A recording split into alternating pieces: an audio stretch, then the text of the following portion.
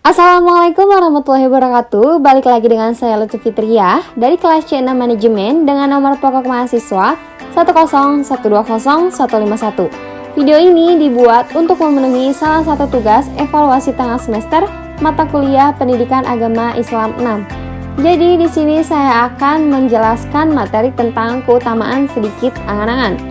Nah, materi yang pertama ada jangan tenggelam dalam angan-angan. Rasulullah Shallallahu Alaihi Wasallam bersabda kepada Abdullah bin Umar, "Jika kamu sedang berada pada pagi hari, janganlah kamu berbicara kepada dirimu sendiri tentang petang hari nanti. Jika kamu sedang berada pada petang hari, janganlah kamu berbicara kepada dirimu sendiri tentang pagi hari. Jadikan hidupmu sebagai modal untuk menghadapi kematianmu, dan jadikan sehatmu sebagai modal untuk menghadapi sakitmu.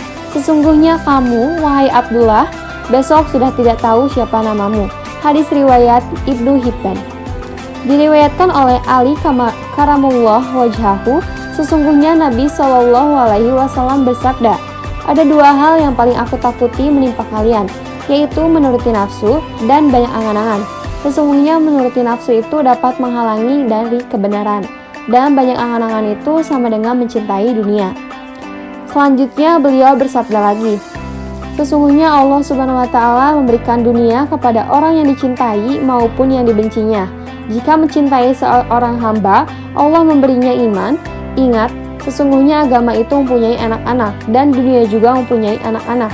Jadilah kamu termasuk anak-anak agama dan janganlah kamu menjadi anak-anak dunia. Ingat, sesungguhnya dunia itu bergerak pergi. Ingat, sesungguhnya kalian berada pada zaman untuk beramal, bukan pada zaman untuk dihisab. Dan ingat, sesungguhnya kalian hampir tiba pada zaman untuk dihisab yang sudah tidak berlaku amal." Betapa sering kita melihat orang yang tertipu oleh dunia. Orang boleh bergembira karena yakin bakal selamat dari azab Allah. Tetapi sebenarnya yang patut bergembira ialah orang yang selamat dari huru-hara kiamat. Seseorang yang tidak segera mau mengobati lukanya, maka luka itu akan menjalar kemana-mana.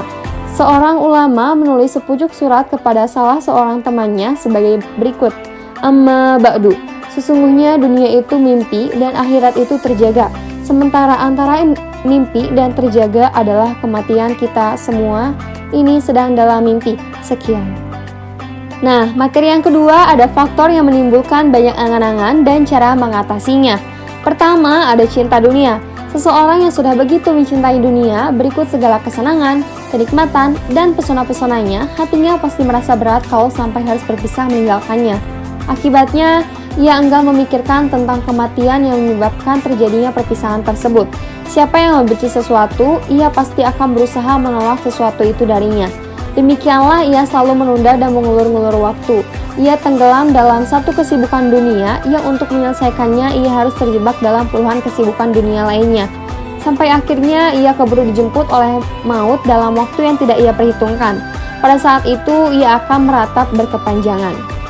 Yang kedua ada kebodohan. Tidak sedikit pula yang berpikiran mustahil kematian akan terjadi dalam keadaan ia sedang sehat walafiat. Kematian tak mungkin terjadi secara mendadak. Orang seperti itu tak sadar bahwa semua itu sebenarnya bukan sesuatu yang mustahil. Sebab, kalau hal itu mustahil, maka sakit mendadak juga mustahil. Padahal kenyataannya setiap penyakit itu muncul secara mendadak. Dan jika ia sedang sakit, bukan mustahil pula bakal membawanya pada kematian. Akan tetapi, kebodohan dan rasa cinta dunia telah membuatnya banyak berangan-angan.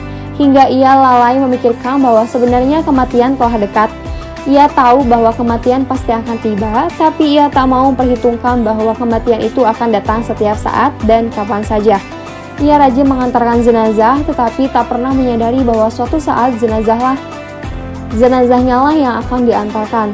Orang seperti ini sudah berkali-kali dan sudah terbiasa menyaksikan kematian orang lain, namun ia sendiri tidak menyadari akan kematian dirinya sendiri. Obat paling ampuh untuk membuat hati mau merenungkan kematian dengan mengambil pelajaran dari kematian orang-orang dekat, bagaimana mereka dijemput oleh kematian pada saat yang tidak pernah mereka duga. Orang yang selalu dalam keadaan siap dijemput kematian, maka ia benar-benar telah memperoleh keuntungan yang sangat besar.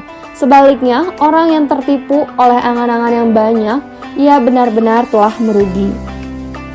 Poin yang ketiga ada tingkatan manusia dalam kaitan dengan angan-angan. Di antara mereka ada orang yang berharap bisa hidup abadi di dunia dan menikmatinya untuk selamanya. Allah Subhanahu wa taala berfirman, A'udzubillahi minasyaitonirrajim. Bismillahirrahmanirrahim.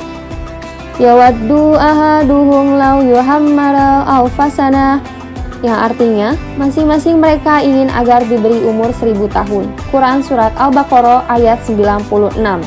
Ada pula orang yang berharap dapat hidup selama setahun saja, sehingga ia enggan memikirkan yang lain-lain, karena ia yakin bahwa tahun depan ia sudah tidak ada di dunia.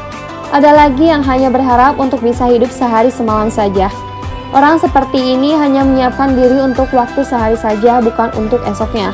Nabi Isa alaihissalam pernah mengatakan, janganlah kalian menganggap penting rezeki esok, sebab jika esok merupakan hari ajal kematian kalian, rezeki kalian akan datang bersama dengan ajal kalian. Tetapi jika ajal kalian belum tiba, janganlah kalian menganggap penting ajal-ajal orang lain. Ada juga orang yang memperkirakan usianya tidak lebih dari 1 jam saja, sebagaimana yang disabdakan oleh Nabi SAW, "Wahai Abdullah, jika kamu berada pada waktu pagi hari, jangan kamu berpikir tentang waktu sore hari. Dan jika kamu berada pada waktu sore hari, jangan kamu berpikir tentang waktu pagi hari."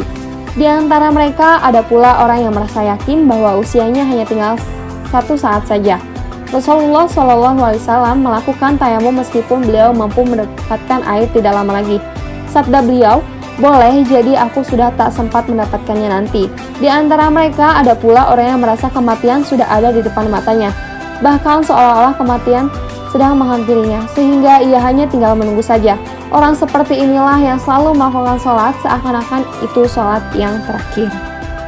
Kemudian ada poin yang terakhir, yaitu segera beramal kebajikan dan peringatan bagi yang menunda-nundanya. Ketahuilah sesungguhnya dunia bukanlah negeri abadi bagi kalian. Oleh karena itu, tukarkanlah dunia itu dengan sesuatu yang abadi, dengan selalu siaga menghadapi kematian yang selalu membayang-bayangi kalian. Segeralah beramal kebajikan, karena kematian itu selalu mengintai kalian. Sesungguhnya waktu yang berkurang sesaat demi sesaat dan yang hilang sesaat demi sesaat dengan sendirinya akan mempersingkat perjalanan hidupmu ke batas akhir. Sama seperti sesuatu yang gaib yang terus-menerus ditelan oleh waktu siang dan malam yang tiba silih berganti, suatu saat pasti akan muncul. Demikian materi yang dapat saya sampaikan. Terima kasih atas perhatiannya dan terima kasih yang sudah menonton sampai akhir. Wassalamualaikum warahmatullahi wabarakatuh.